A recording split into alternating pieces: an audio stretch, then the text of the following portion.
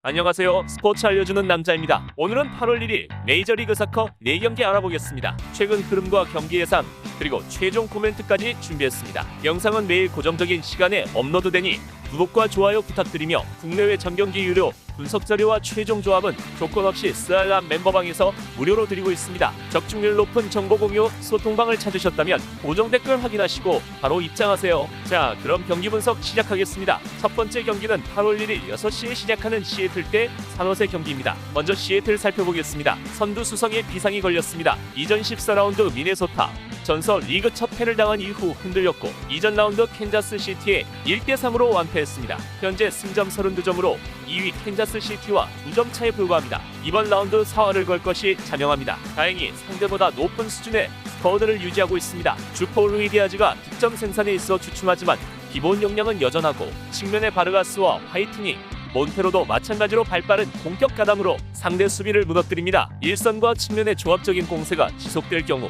1에서 2득점 생산은 평이한 과제로 비칩니다. 수비 또한 안정감을 갖추고 있으며 물론 에이올단과 델렘 등이 대표팀 차출과 부상으로 스쿼드서 빠진 상태라는 것을 감안해야 하지만 기본 수비력은 일정하게 유지하는 중입니다. 앞선부터 착실한 압박으로 후방 한중을 달고 위험 지역으로 공이 투입되더라도 오네일 아레아가 안드라데 스리백이 끈끈한 수비로 위기를 넘깁니다. 빈공에 두드러지는 상대 공세의 무실점 대응마저 충분합니다. 산호세 살펴보겠습니다. 이전 라운드서 휴스턴의 1대1 무승부를 거뒀습니다. 리그 11경기 무승 행진을 잇는 중입니다. 시즌급 초반 엄청난 스퍼트가 빠르게 찾아들었고 적절한 시기에 부진을 끊어내지 못했다는 점이 걸림돌로 작용합니다. 팀 에너지 레벨이 상당히 떨어진 상황서 이변을 일으킬 재간이 없습니다. 맞대결 전적서 열세가 확실하며 최근 10번의 맞대결서 3무 7패에 그쳤습니다. 5득점밖에 뽑아내지 못한 점이 아쉬움으로 남고 있습니다. 상대 빡빡한 수비 라인에 도전하는 경우가 잦았습니다. 코에를 제외하곤 공격 전반적인 득점력이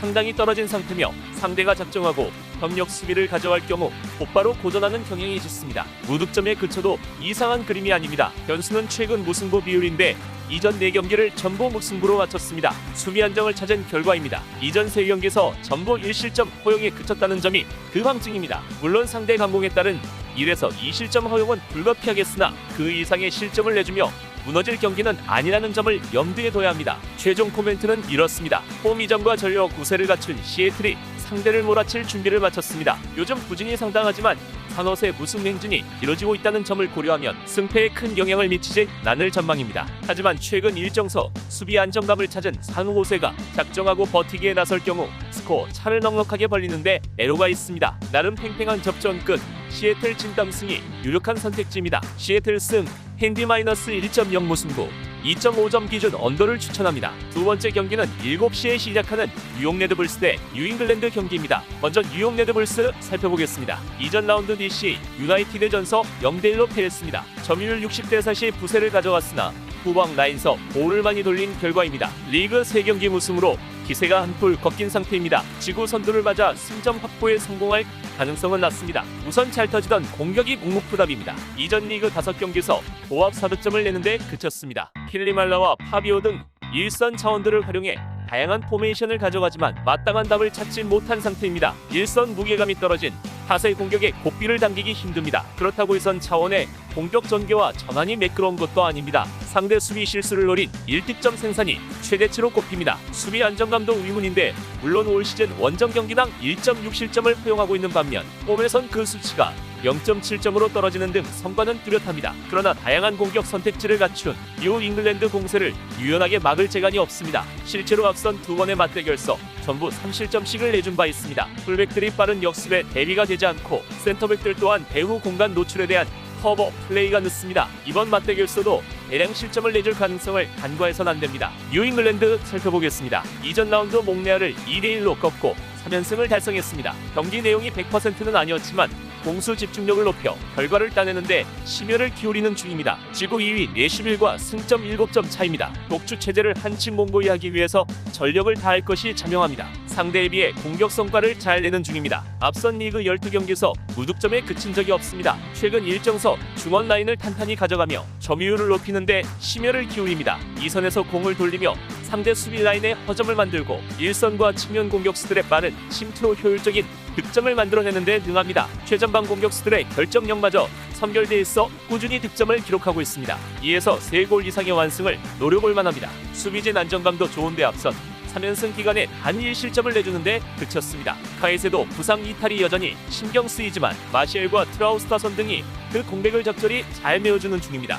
많아야 1실점, 허용에 그칠 것으로 전망합니다. 최종 코멘트는 이렇습니다. 근소 전력 우위와 흐름 싸움서 우세를 점한 뉴잉글랜드가 상대를 몰아칠 준비를 마쳤습니다. 연승을 잇는 과정 속 공수 밸런스가 잘 잡히고 있고 이것이 경기력 개선이란 선순환을 가져옵니다. 뉴욕 레드불스가 홈 2점을 갖고 저항하겠으나 공격 파괴력이 떨어진 상황서 이변을 노리긴 쉽지 않습니다. 뉴잉글랜드 승, 핸디 마이너스 1.0, 뉴잉글랜드 승 2.5점 기준 오버를 추천합니다. 세 번째 경기는 8시 30분에 시작하는 신시내티 대 DC 유나이티드 경기입니다. 먼저 신시내티 살펴보겠습니다. 이전 라운드 내슈빌 전서 0대3 대패를 당했습니다. 좀처럼 승수를 쐈는데 애를 먹고 있습니다. 이전 8에서 9라운드 2연승으로 분위기를 잡는 듯 했지만 이후 5경기서 3무 2패에 그쳤습니다. 이번 라운드 마찬가지로 승점 사냥의 애를 먹을 것이 당연합니다. 부진의 주요인은 기복에 따른 수비 불안입니다. 우승 기간 도합 12실점을 내줬으며 기복이 심해 선수들 간 조직적인 수비를 가져가는 데 있어 방해가 분명합니다. 센터백 조합이 크게 흔들리고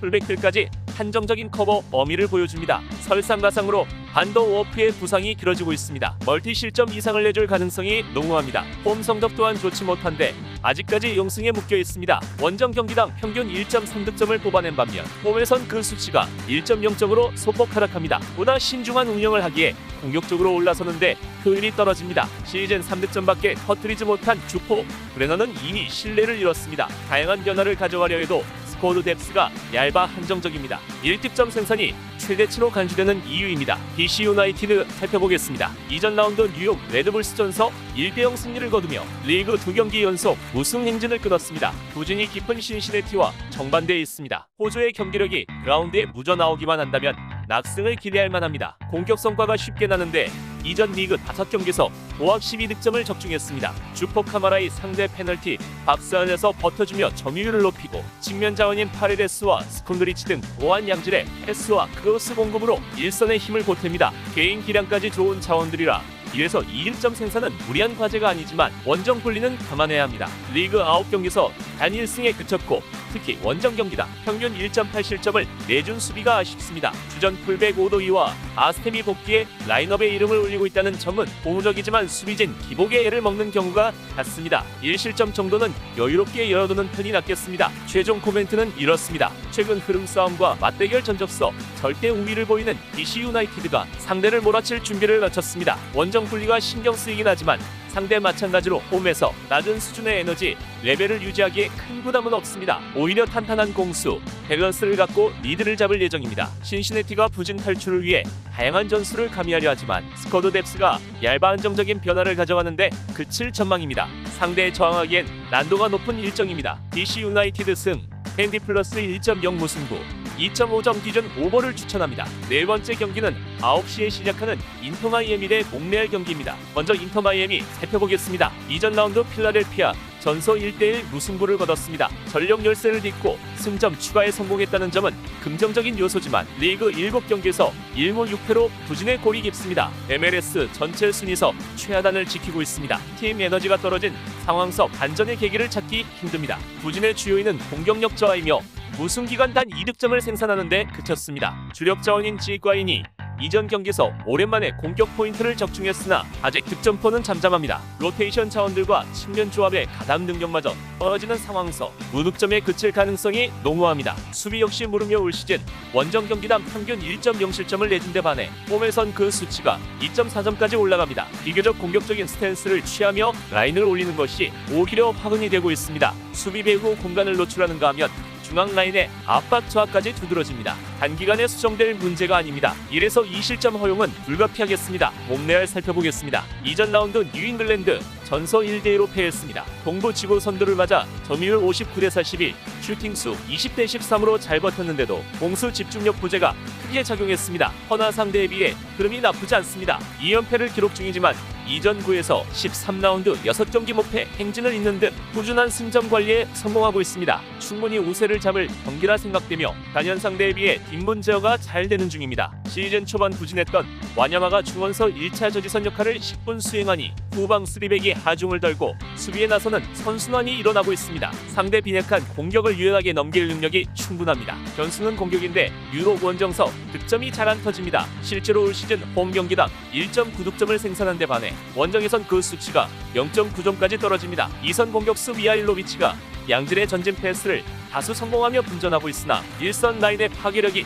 다소 주춤합니다. 게다가 전방 점유율이 유독 낮기 때문에 유기적인 패턴 플레이를 시도하기도 어렵습니다. 대량 득점 생산은 미지수입니다. 최종 코멘트는 이렇습니다. 최근 흐름과 맞대결 전적수 앞서 있는 몽레알이 상대를 몰아칠 준비를 마쳤습니다. 물론 원정 불린을 감안해야겠지만 상대의 흐름이 상당히 좋지 않기에 승기를 잡기까진 문제가 없습니다. 인터 마이애미가 부진 탈출을 위해 다양한 전술을 가미하겠지만 공수 밸런스가 파괴된 상황서 큰 이변을 노리기 쉽지 않습니다. 몽레알 승, 핸디 마이너스 1.0 몽레알 승 2.5점 기준 언더를 추천합니다. 이렇게 4경기 알아봤는데요. 경기 분석은 배팅에 있어 최선의 전략이며 100% 일치할 수는 없습니다. 때문에 좋은 경기를 선별해 최종 조합을 맞추는 것이 노하우입니다. 고정 댓글 참고하시면 오늘 주역 조합 받아보실 수 있으며 영상이 도움되셨다면 구독과 좋아요, 알림 설정까지 부탁드립니다. 시청해주셔서 감사합니다.